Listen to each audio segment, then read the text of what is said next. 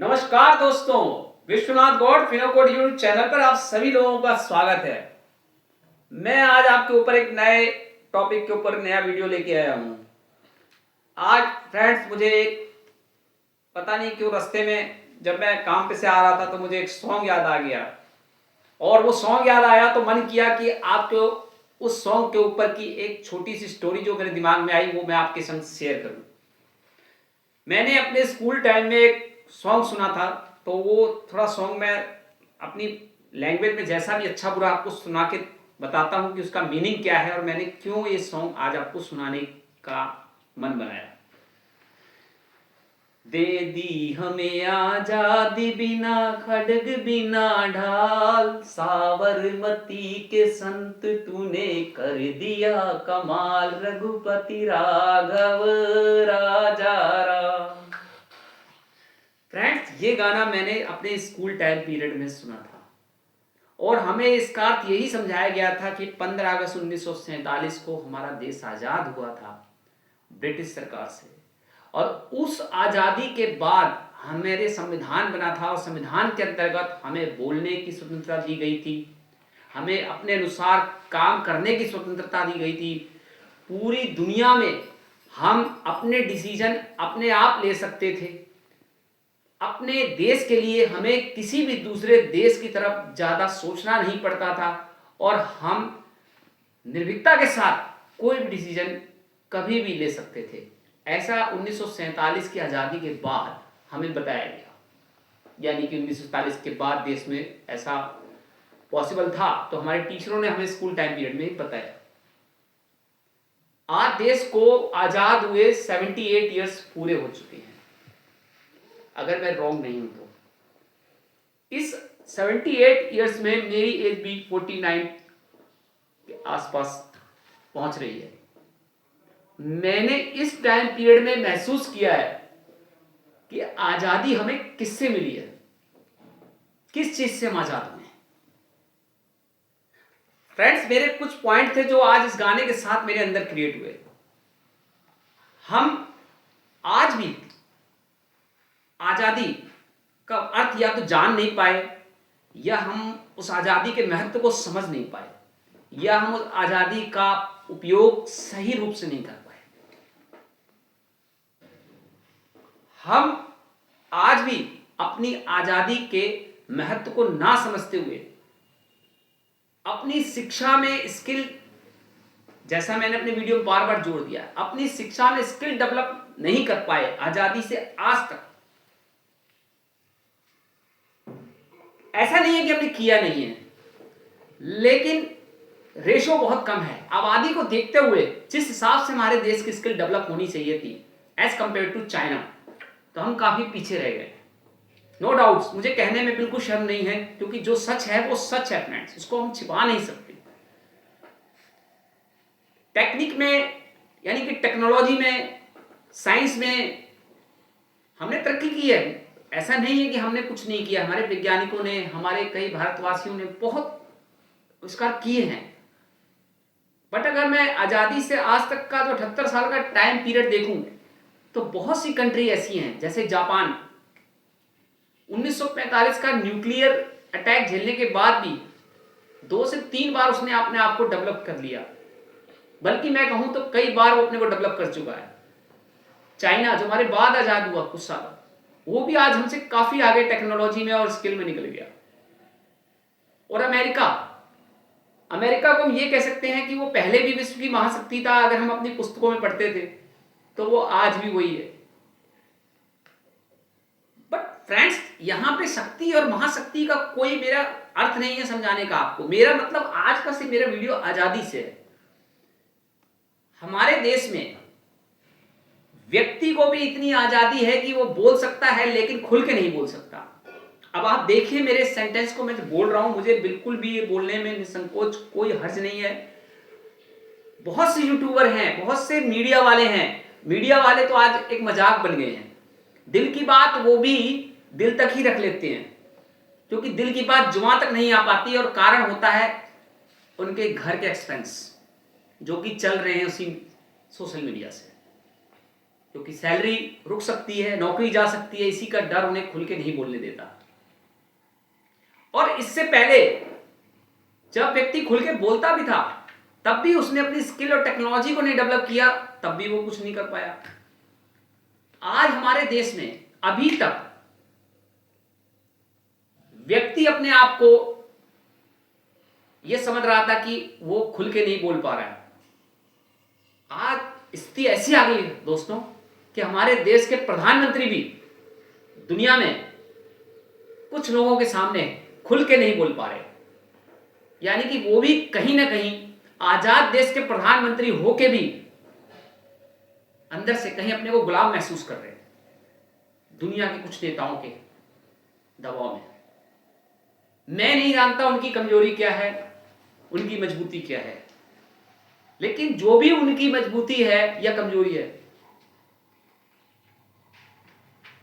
वो पूरे देश को उनकी कमजोरी शर्मसार कर रही है। क्योंकि एक्चुअली वो प्रधानमंत्री पर्टिकुलर एक व्यक्ति नहीं है, हम सबके 144 करोड़ की जो आबादी है, इन सब के प्रधानमंत्री। और हमारे प्रधानमंत्री ने बात बार बार कही भी है कि मैं जब किसी भी देश के प्रतिनिधि के साथ हाथ मिलाता हूं तो मैं मन में यही सोचता हूं कि हाथ 144 करोड़ लोगों का है। तो मैं आज उनसे पूछना चाहता हूं, या मैं अपने चैनल के माध्यम से एक भारत देश का छोटा सा नागरिक होने के नाते मैं उनसे दिल की बात करना चाहता हूं, मैं उनसे पूछना चाहता हूं कि जब आपने देश के किसानों के हित के लिए बात रखते हुए डील को इतने टाइम तक रोके रखा कि किसानों के ऊपर इसका प्रभाव नहीं पड़ेगा, उसके बाद भी आपको ये डील करनी पड़ी। हो सकता है आपने कुछ पहलुओं को ध्यान में रखते हुए उन पे रोक लगा रखी हो, उन पे से पूरी तरह टैरिफ ना उठाया हो, आपने पूरी तरह से उनके लिए एग्रीकल्चर का रास्ता ना खुला हो सकता है। बिल्कुल, डील जब सामने आएगी तो ऑब्वियसली बात है आपने भी किसानों के बारे में थोड़ा बहुत जरूर सोचा होगा, ऐसा नहीं हो सकता। लेकिन ये जो ट्रेड डील हुई है अमेरिका के साथ, या भारत सरकार ने जो डील चाइना से बढ़ाई है आगे, ये डील मेरे गले से नीचे नहीं उतर रही है। क्योंकि ये डील साफ इशारा कर रही है कि हमारा भारत बस आजादी के नारे ही लगा पाया, आजादी को या तो समझ नहीं पा रहा है या आजादी को महसूस नहीं कर पा रहा है। और ये केवल हमारे बात देश के किसी भी प्राइम मिनिस्टर के लिए नहीं है, ये देश के हर उस व्यक्ति के लिए भी सोचने का विषय है कि आज हमारे देश के चुने हुए प्रतिनिधि स्वतंत्र होकर निष्पक्ष रूप से डिसीजन ले क्यों नहीं पा रहे हैं बाहर। हम हर मामले में अपनी सरकार को भी दोस्त बना देते हैं, लेकिन बहुत हद तक मैंने जैसा आपने पिछले वीडियो में बताया कि जिम्मेदार आम नागरिक भी है, जो आज तक अपनी 78 साल आजादी के बाद भी ना तो फाइटर जेट के इंजन डेवलप कर पाया, ना कोई ऐसी ऐप डेवलप कर पाया या अपनी टेक्नोलॉजी डेवलप कर पाया जिसके आधार पर हम दुनिया में डंका बजा सकें। और ऐसा नहीं है कुछ नहीं किया, थोड़ा बहुत लोगों ने किया, बट रेशियो ना के बराबर है। अगर आप 144 करोड़ की आबादी देखें तो उसमें टेक्नोलॉजी और डेवलपमेंट में कितना परसेंटेज हुआ है। अब हम इसमें गवर्नमेंट को दोष देते हैं कि गवर्नमेंट जो है प्रमोट नहीं करती, इस पर खर्च नहीं करती है बिल्कुल हद तक बहुत सच्चाई है। इस बार भी गवर्नमेंट ने पढ़ाई एजुकेशन में जो है थोड़ा सा बजट में 4.5% जो हर बार करती थी, अब की 2.5% ही रखा है।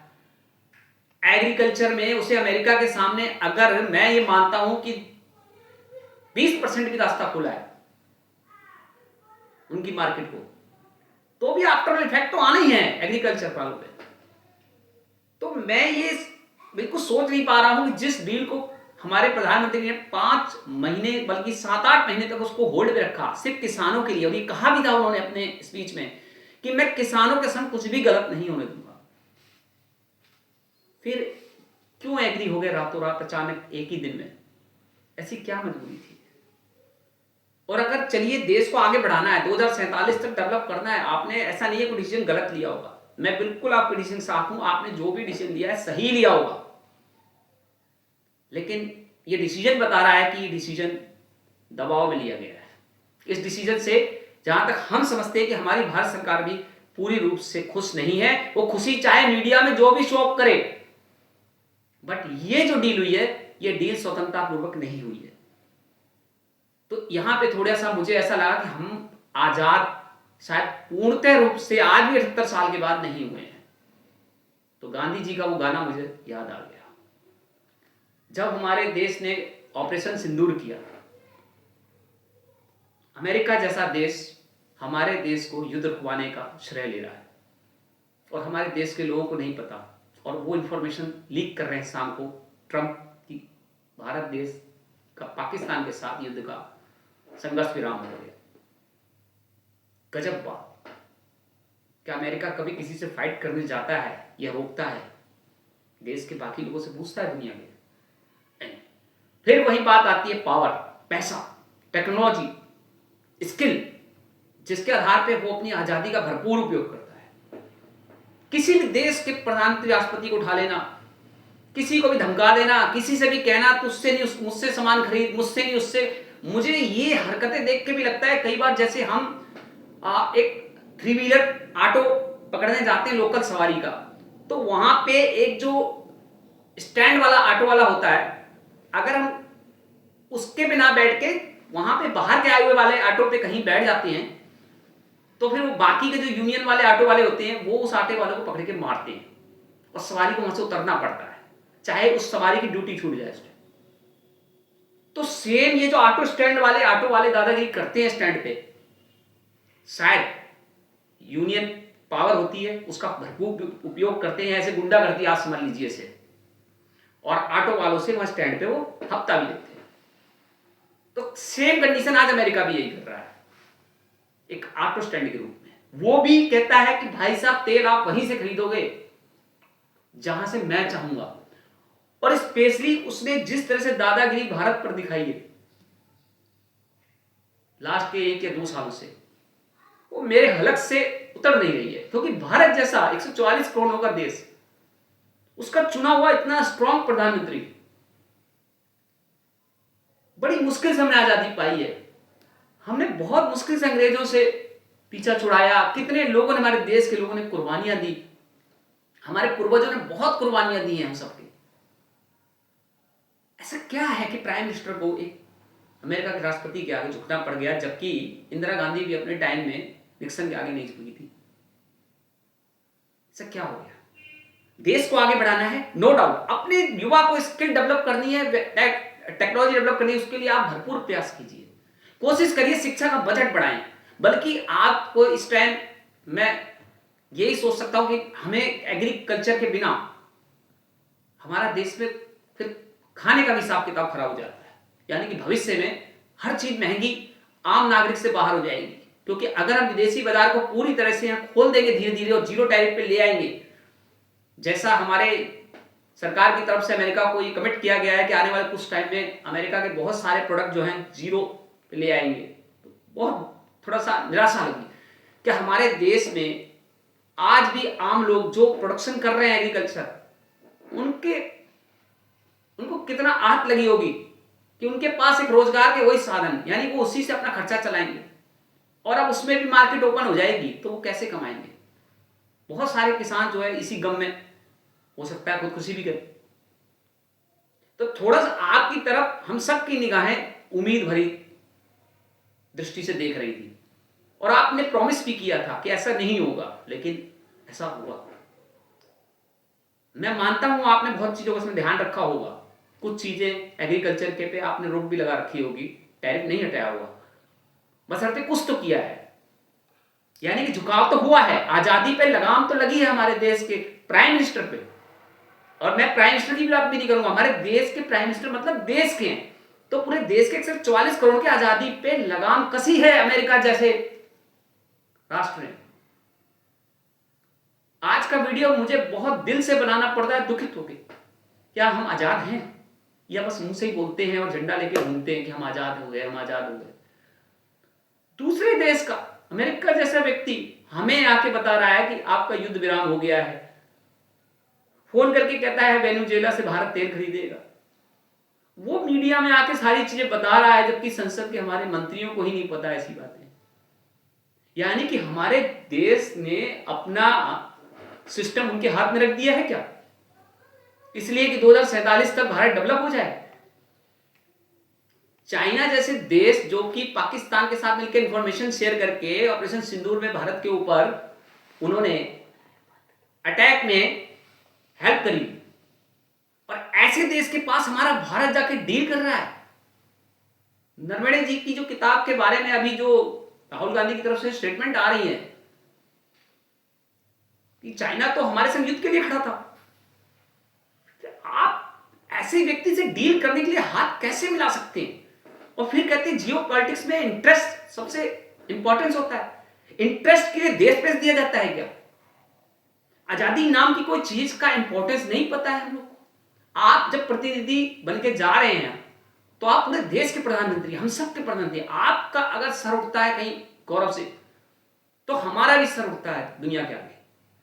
लेकिन आपको जब हम दबाव हुआ महसूस करते हैं, जैसे हम अपने घर में अपने फादर को कोई बाहर वाले व्यक्ति के दबाव में आके कोई डिसीजन लेते देखते हैं जिससे कि घर के बच्चों का नुकसान हो रहा हो, तो हम उस टाइम बहुत गिल्टी फील करते हैं कि अपने फादर के लिए कुछ नहीं कर पा रहे।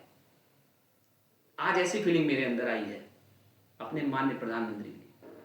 कैसा क्या मजबूरी रही कि हमारे प्रधानमंत्री को कृषि एग्रीकल्चर का रास्ता चाहे रुपए में 10% खोलना पड़ा। क्यों खोलना पड़ा? ऐसी मजबूरी क्या थी? सिर्फ इसलिए कि हमें उनकी टेक्नोलॉजी चाहिए, हमें उनके डिफेंस के इक्विपमेंट चाहिए 2047 तक, ताकि हम चाइना पाकिस्तान जैसे देशों के साथ फाइट कर सकें, सिर्फ इसलिए?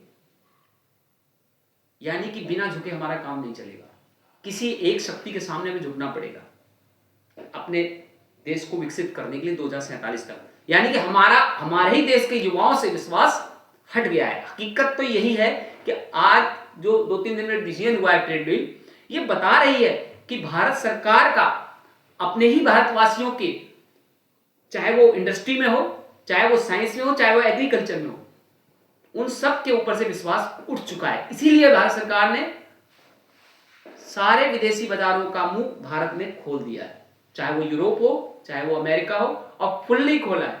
25% टैरिफ में 18% टैरिफ हुआ है, और उधर उनके 3.5% का जो इंपोर्ट ड्यूटी उसे घटा दिया।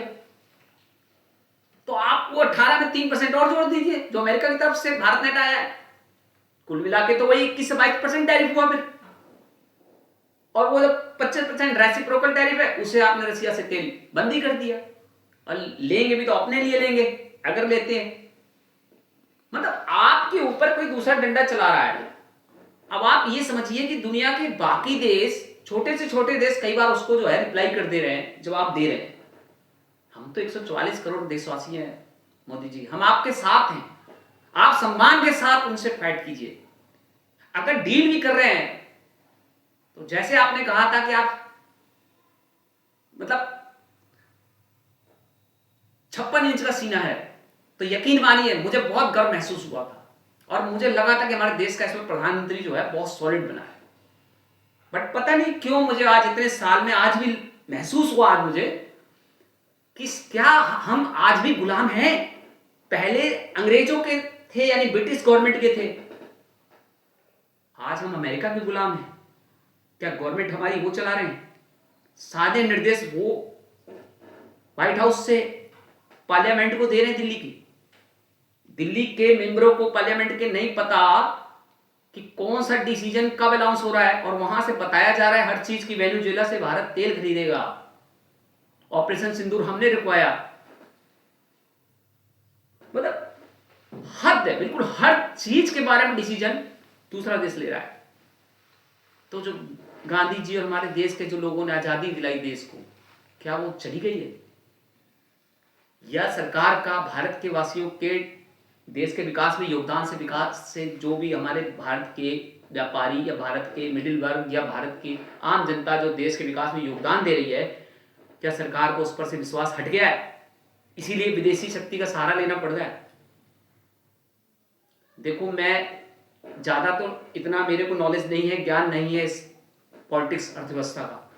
मैं एक आम नागरिक हूं और दिल का दर्द था, मैं वीडियो नहीं बनाना चाह रहा था, पता नहीं मैंने आज अचानक फिर यही वीडियो 2-3 दिन से मैंने देखा, डील को मैं समझ रहा था, मुझे आज़ादी थोड़ी सी कम महसूस हुई। और स्पेशली मेरे प्रधानमंत्री के ऊपर अगर कोई दुनिया का कोई भी देश दबाव बनाता है तो वो सिर्फ प्रधानमंत्री तक दबाव नहीं आता, वो हम पर भी आता है। हम देशवासी देशभक्त कहने से हमें कोई नहीं बताएगा कि हम देशभक्त हैं, लेकिन अगर मुझे फील हुआ है, मैं दिल से बता रहा हूं आपको, मुझे बहुत अंदर दिल से एक गुलामी महसूस हुई है। हालांकि वो चीज हमारे मोदी जी ने डील करी है ट्रंप के साथ, लेकिन गुलामी मुझे महसूस हुई कि आज भी हम ट्रंप जैसे देशों के गुलाम हैं, तो मोदी जी आपको बिल्कुल भी झुकने की जरूरत नहीं थी। मैं जानता हूं आपने जो भी डिसीजन लिए देश के हित में लिए हैं। देश के नागरिकों को अभी डेवलपमेंट और स्किल का बहुत अभाव है, आपने हो सकता है इसकी मजबूरी में आके लिया हो, या कुछ व्यापारी वर्ग जिनसे देश चल रहा है, जिसमें अडानी अंबानी जैसों का नाम आता है, देश को जो संभाले हुए हैं, हो सकता है आपने उनको सेफ रखने के लिए, ताकि देश सेफ रहे, देश की इकोनॉमी बची रहे, आपने वो कदम उठाया हो। क्योंकि आप जो भी कदम उठाएंगे, यकीनन मुझे उम्मीद है कि आपने सही कदम उठाया होगा, लेकिन दुख था दिल में, दर्द था कि आज़ादी क्या गुम तो नहीं गई। तो इसी विषय में मैंने आज अपना वीडियो बनाया था कि जहां हमारे देश का प्रधानमंत्री दूसरे देशों के प्रधानमंत्री राष्ट्रपतियों के आगे जब मजबूर दिखाई देता है, चाहे वो चाइना के आगे मजबूर दिखाई दे रहा है, चाहे वो अमेरिका के ट्रंप के आगे मजबूर दिखाई दे रहा है। देखिए, चाइना का नाम मैं इसलिए ले रहा हूं कि जो चाइना ने पाकिस्तान के साथ मिलकर इंफॉर्मेशन शेयर करके भारत पर हमला करने की कोशिश करी, आप उस देश से हाथ मिलाने चले गए। प्रधानमंत्री जी, यकीन मानिए आम भारतवासी को भी उतना ही दर्द हो रहा है, वो कह नहीं पा रहा है। मैंने आज थोड़ी सी कोशिश करके वीडियो में बोली है, मुझे नहीं पता वीडियो पे लोग क्या सोचेंगे क्या नहीं समझेंगे, मैं सबसे उसके लिए क्षमा याचती हूँ।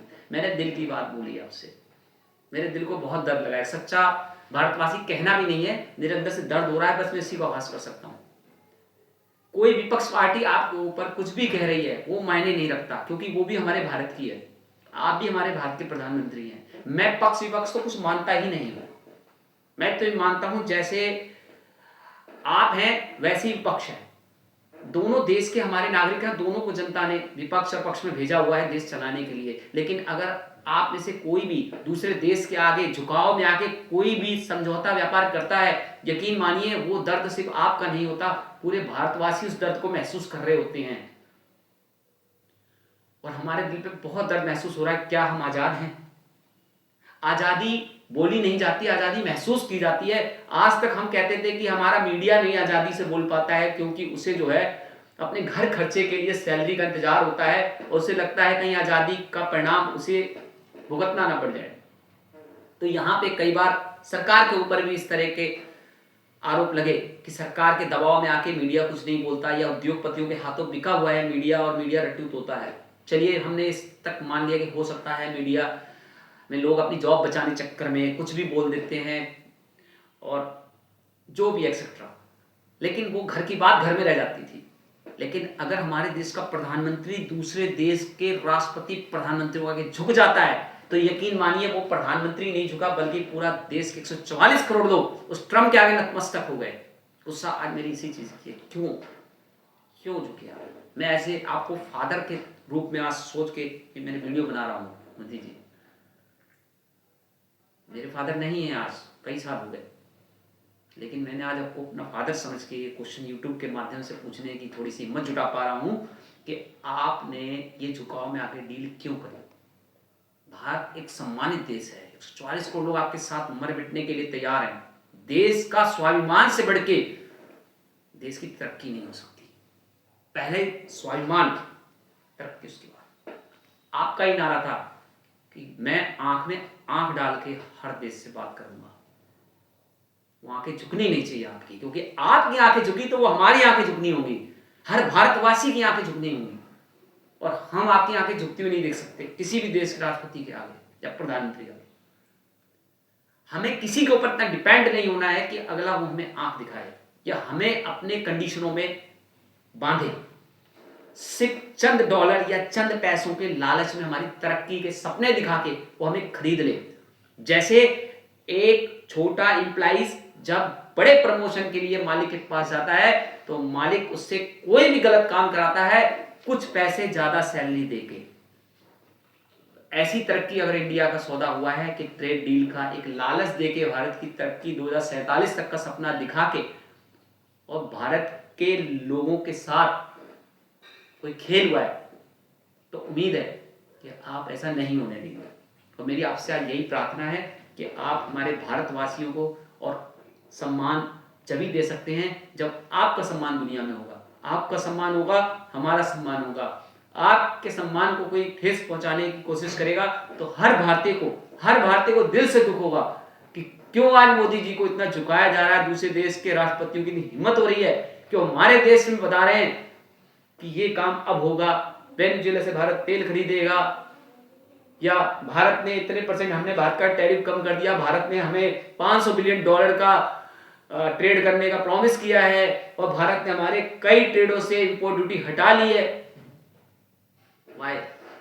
अब भारत की संसद क्या अमेरिका से चलेगी? मेरा आज का यही क्वेश्चन था। क्या भारत की संसद गुलाम हो चुकी है विदेशी ताकतों के हाथ में? अब वो डिसीजन लेंगे भारत का। हमारी गुलामी क्या खत्म हो चुकी है?